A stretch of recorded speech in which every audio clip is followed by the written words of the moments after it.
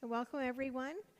Tonight's Stations of the Cross is from Mary's perspective. It's called The Cross of Love. So let us ask for God's grace to be with Jesus and to accompany him on his journey in order to more fully understand it and be grateful for his gift.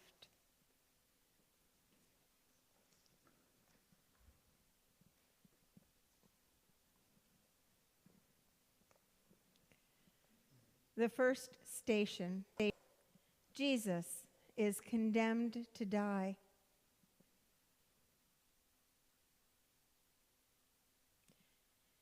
My son stood before Pilate as an innocent man, but throughout his life he entered more and more deeply into the condition of sinful flesh. It was not enough that he was born of a human mother like me. He grew up in obscurity in Nazareth, and they always judged him there. They always judged that it wasn't right that he was conceived before Joseph and I were married. Even when he began his public ministry, the religious leaders didn't accept him. His reflection of God didn't fit their self-serving picture of God. Finally, his own followers abandoned him. I never imagined he would have to experience solidarity with prisoners beaten and tortured, but he did. I'll never forget the blood he shed and the pain he experienced at the hands of the Roman guards. Jesus began this journey by becoming one with every powerless person, mocked and made fun of by others. He did nothing that deserved capital punishment or the abuse he was given. His yes, his surrender to God's will, ultimately destroyed the power of sin and death. While he was growing up, I told him many times how I had been graced to say, "Let it be done to me according to your word." I never could have imagined that this would be the sword that would ultimately pass through my heart, to watch my son say yes to God so completely and fully for the salvation of the world. Now that he is condemned to death, reflect with me on each station of his journey, entering more and more completely into our humanity and death itself.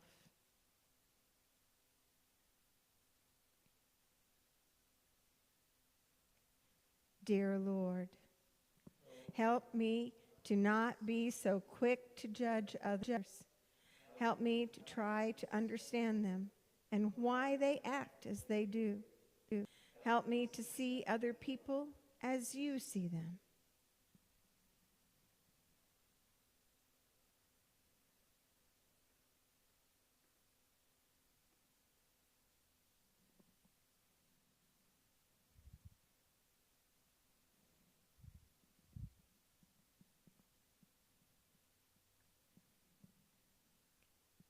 The second station, Jesus carries his cross.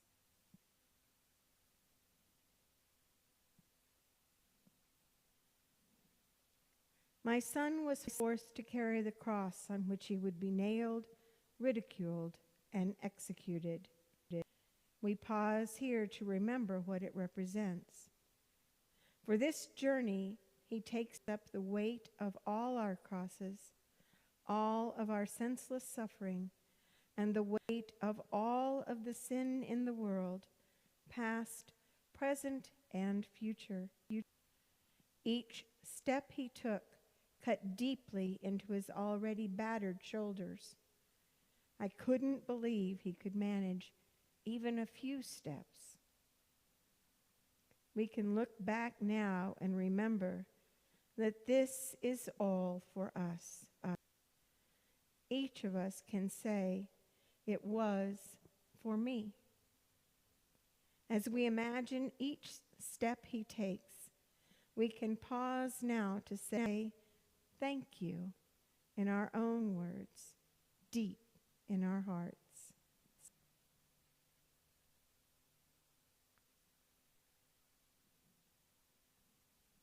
Dear Lord, help me, even when I am exhausted and worn out, to fulfill my daily duties. Please help me to accept the crosses that come my way and to bear them with a willing spirit.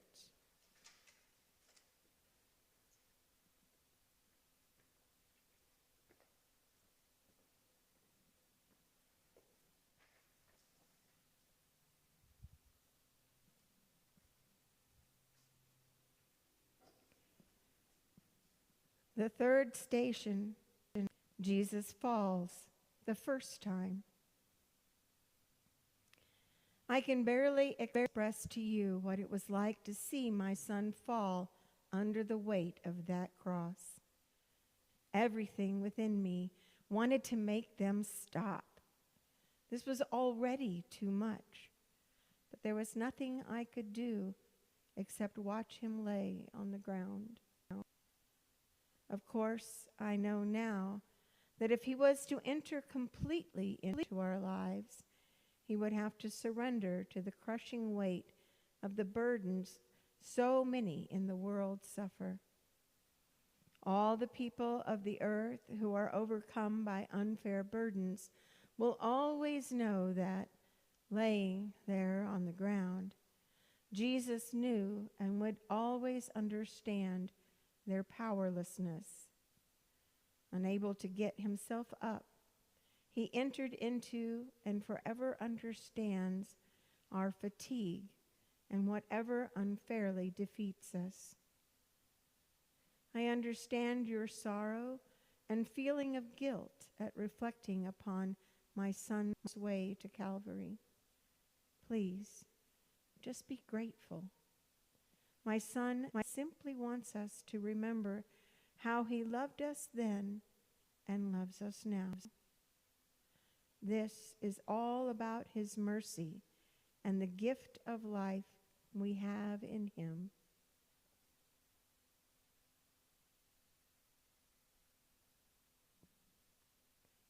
Dear Lord, help me to keep going even when I feel I can't take another step.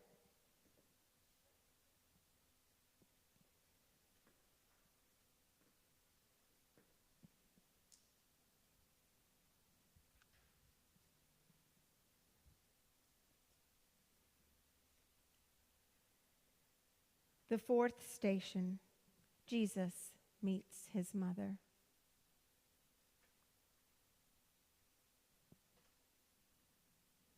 As I pushed and shoved to move through the crowds to be as close to my son as I could, we came to a place in the road where he stopped.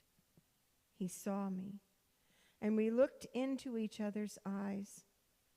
I didn't want him to see my tears or know my pain, but I long ago accepted how thoroughly he knew me. The love from my heart poured out in the only embrace I could give him. My lips quietly said the prayer he taught us. Father, may your kingdom come and your will be done on earth as it is in heaven. He nodded so slightly, took a deep breath, and moved on up the hill. The sword passing through my heart had blessed his mission, and I knew he knew it. Thank him with me even now that he took that mission for us. Thank him that he has tasted the separation and loss that every person in the world knows who has lost a loved one. And he has understood the heart of every loving mother who grieves at the suffering of her children.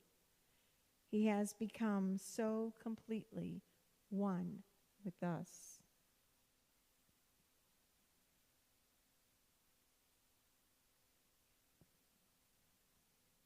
Dear Lord, Please help me to be with others in their pain. Help me to offer comfort and consolation, and to be a source of strength for others as they travel through life.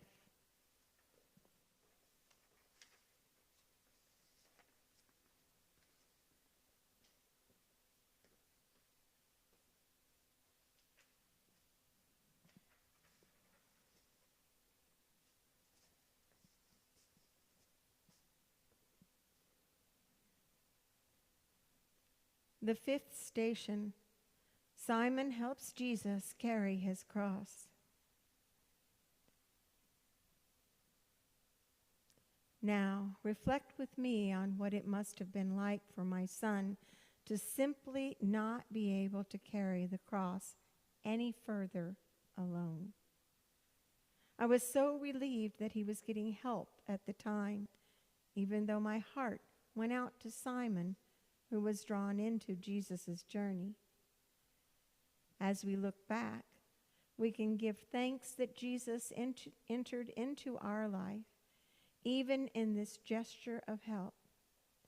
Jesus came to know the experience of all of us who must depend upon others, who can't make it alone. Even in this final journey, Jesus would not even have the satisfaction of being able to do this on his own. Let's pause for a moment to express to him now whatever is in our hearts.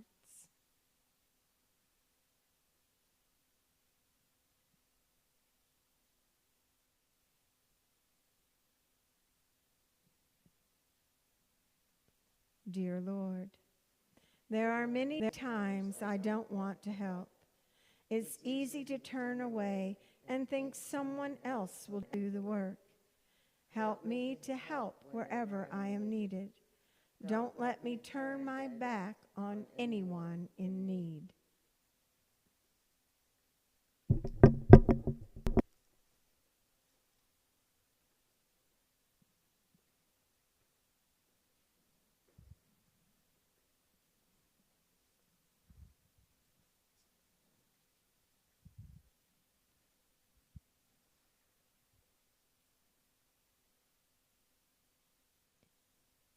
The sixth station, Veronica wipes the face of Jesus.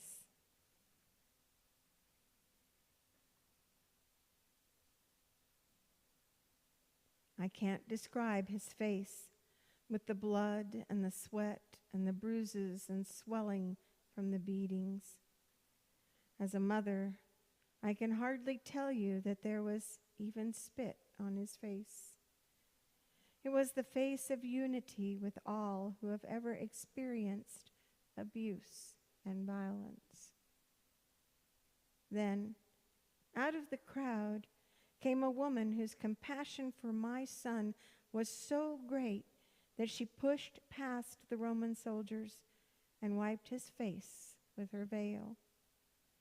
Oh, how I loved her for that. The look between them touched me deeply. His clean face for a moment revealed the loving face of the son I loved. As he smiled at the woman and continued on the journey, those of us nearby looked at her veil and saw the gift he gave her. There, on her veil, was a stunning likeness, a true image of the cost of his sacrifice and the depth of his solidarity with all who suffer. This image is his gift to us forever, to always contemplate his likeness, his union with us in our worst rejection and suffering. As you remember with me how his face was so covered with punishment and violence, let us give thanks for his unity with us in every aspect of our lives.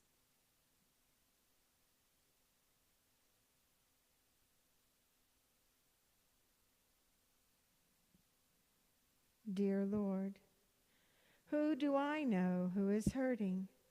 Help me to be the person who comes in to offer kindness when the whole world has gone out.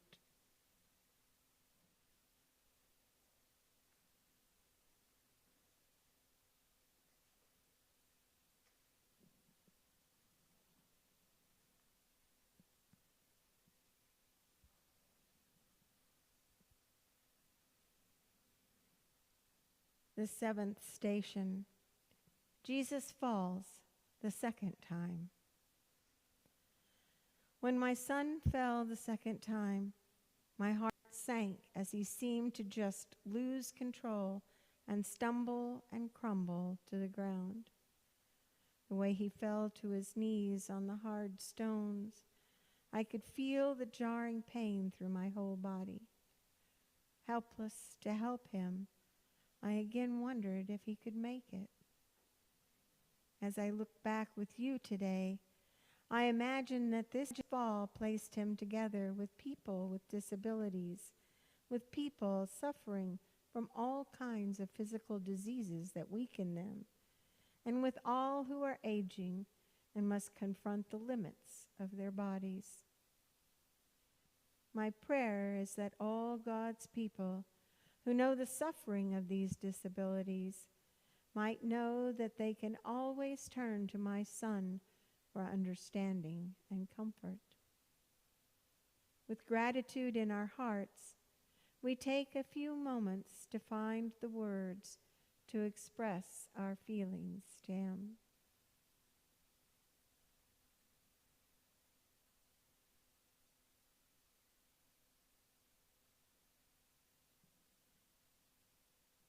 Dear Lord, sometimes life can be so discouraging. It feels like the whole world is against me. I want to give up, to fall down and surrender the fight. Please help me to have the courage to continue.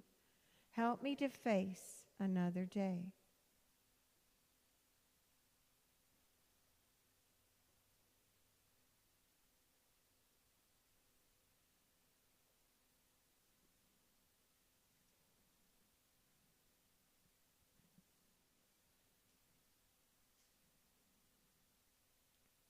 The eighth station. Jesus meets the women of Jerusalem. This moving scene filled my mother's heart with even more love for him, as I had seen him comfort so many groups of people during his life. Now he comforts this group of women and children in Jerusalem. They aren't here to condemn him. What a remarkable meeting.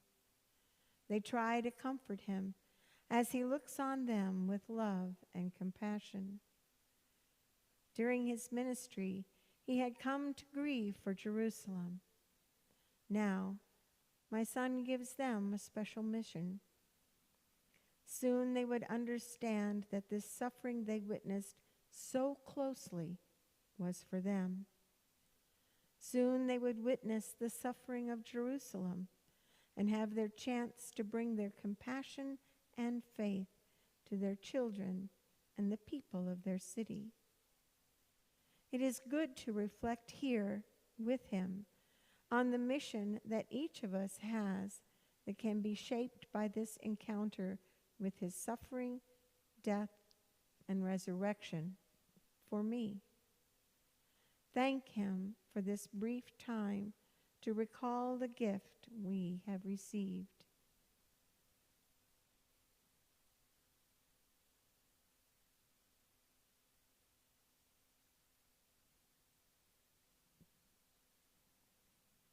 Dear Lord, it is so easy when I am in pain for me to just think about me. Even when I am hurting, help me to remember that others are hurting also.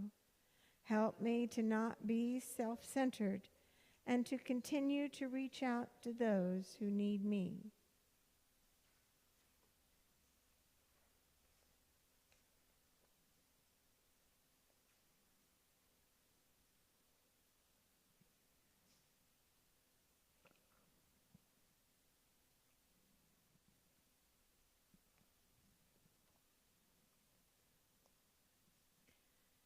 The 9th station, Jesus falls the 3rd time.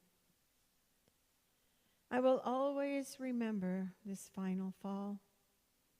Having endured such a beating and having lost so much blood, my son simply collapses. I saw him lay there on the ground, and I thought he was dead. His arms spread out and his face in the dirt. Jesus found himself in unity with all who fall in any way. Contemplating how the soldiers roughly pulled Jesus up and made him take the last steps to Calvary, take a few moments to speak with him, expressing your gratitude for his understanding for every weakness or failure you have experienced.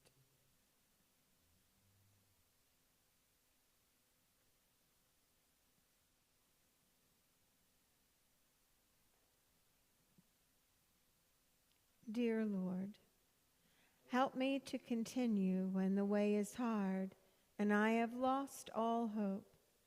Please guide my faltering steps.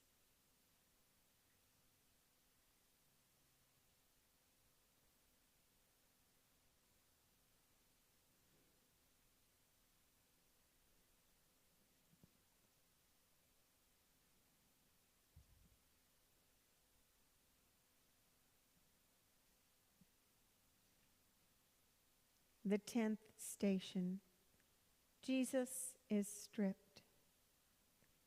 The sword passed through my heart again to watch my son so violated this way. They intended to shame him even more by executing him naked. They simply had to strip him of any dignity a human being could have left. I remember looking at this body I had bathed and cared for, now with all his wounds reopened and bleeding, so exposed for everyone to see.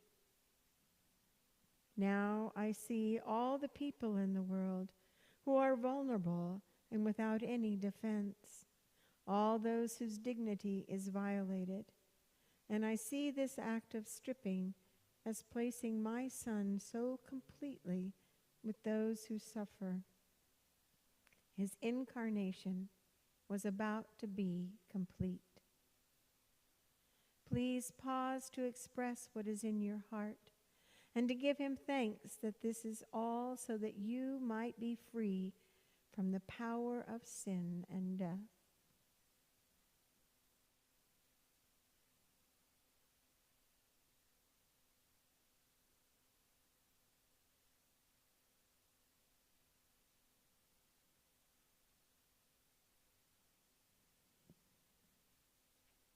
Dear Lord, please help me to share my material goods with others, to feed the hungry and clothe the naked. Also, let me help those who are emotionally naked and who have been left exposed to the world. Help me to never revel in another person's shame, but to instead reach out a helping hand or offer a word on his or her behalf.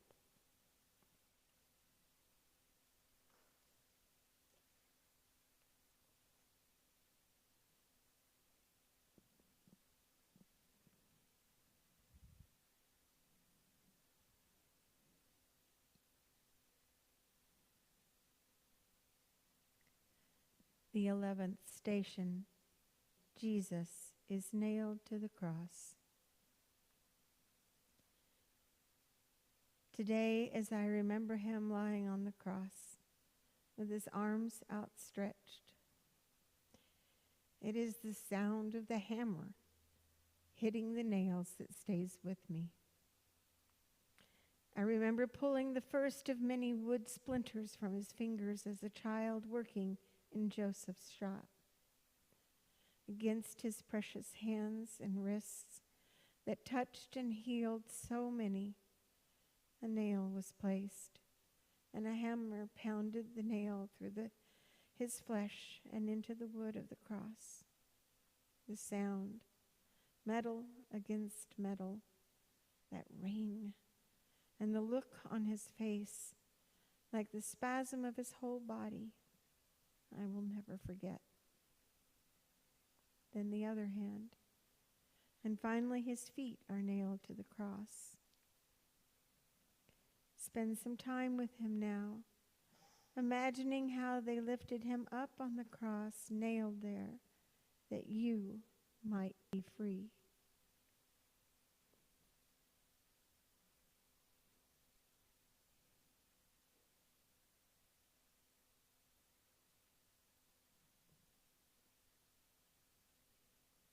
Dear Lord, thank you for your love for me.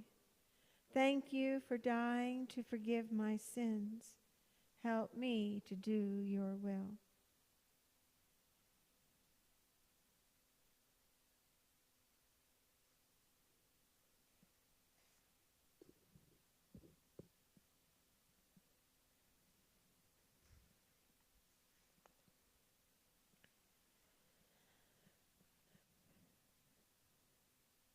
In the 12th station, Jesus dies on the cross.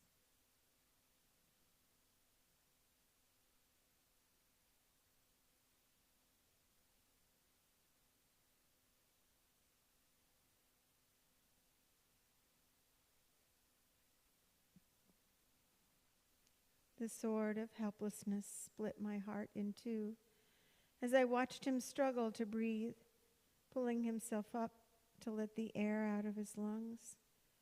With incredible courage and compassion, he spoke of mercy and love.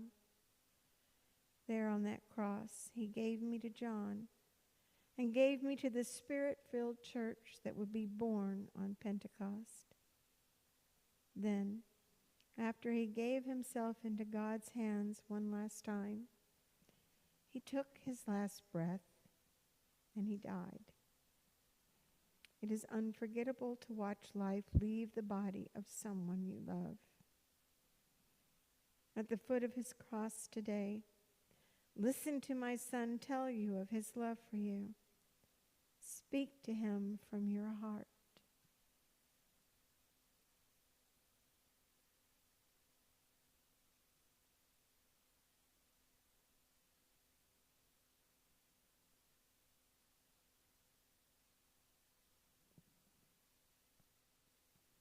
Dear Lord, at times when I feel abandoned, help me to remember that you understand and are always at my side.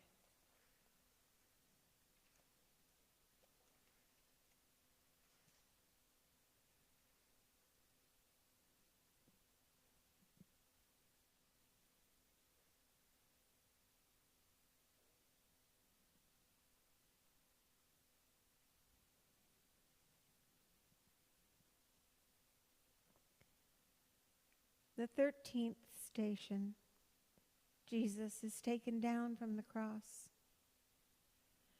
We waited what seemed like a long time before we had permission to take his lifeless body off that cross.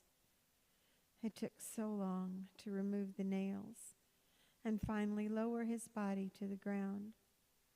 Someone removed that horrible crown of thorns from his head. They pulled his hair back and wiped his face clean before letting me hold his body one last time. He had been given to me for only a brief time. When he left home 3 years before, I was so proud of him and excited to experience what God would do through him. There, at the foot of the cross, my heart torn by grief, but always trusting in God's promise, I asked only to be God's servant for what was ahead. After the ascension, when we would gather in homes for the breaking of the bread, I again held his broken body in my hands, now full of consolation that his promise was fulfilled. He would always be with us. Let yourself join me in receiving this mystery of the death of Jesus being so real and complete. Knowing the rest of the story, join me in speaking with him, heart to heart, about our gratitude for how he has transformed the power of death.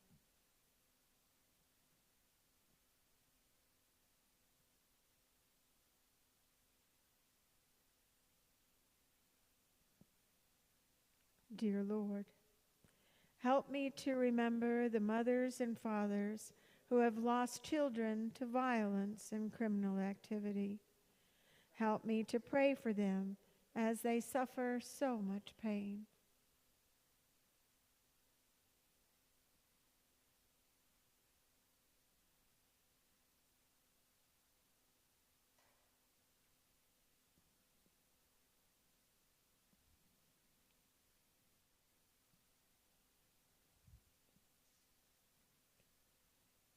The 14th station, Jesus is laid in the tomb.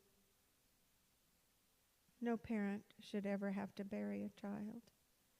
Just a short time before this day, Jesus looked into Lazarus' tomb. He must have known he would be laid in a tomb like that soon. And when he thanked God for hearing his prayer, he must have known that the Father who sent him would give him life that would never die.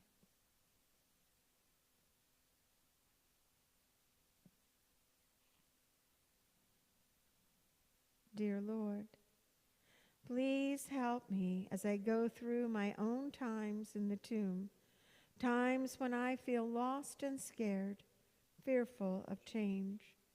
Help me to see your light, guiding me safely to new life.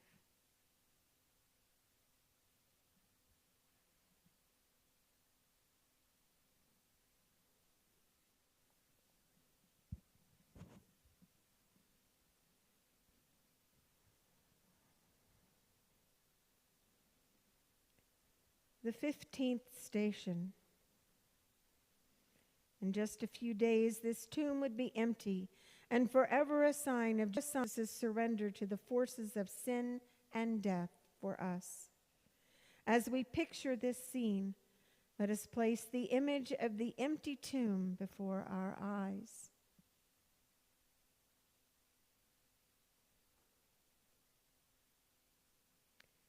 Whenever you are tempted to stand outside any tomb and grieve, remember this empty tomb and know that through the eyes of faith, all tombs are empty. Today, join me in giving him thanks as we sign ourselves with the sign of his cross. In the name of the Father, and of the Son, and of the Holy Spirit. Amen.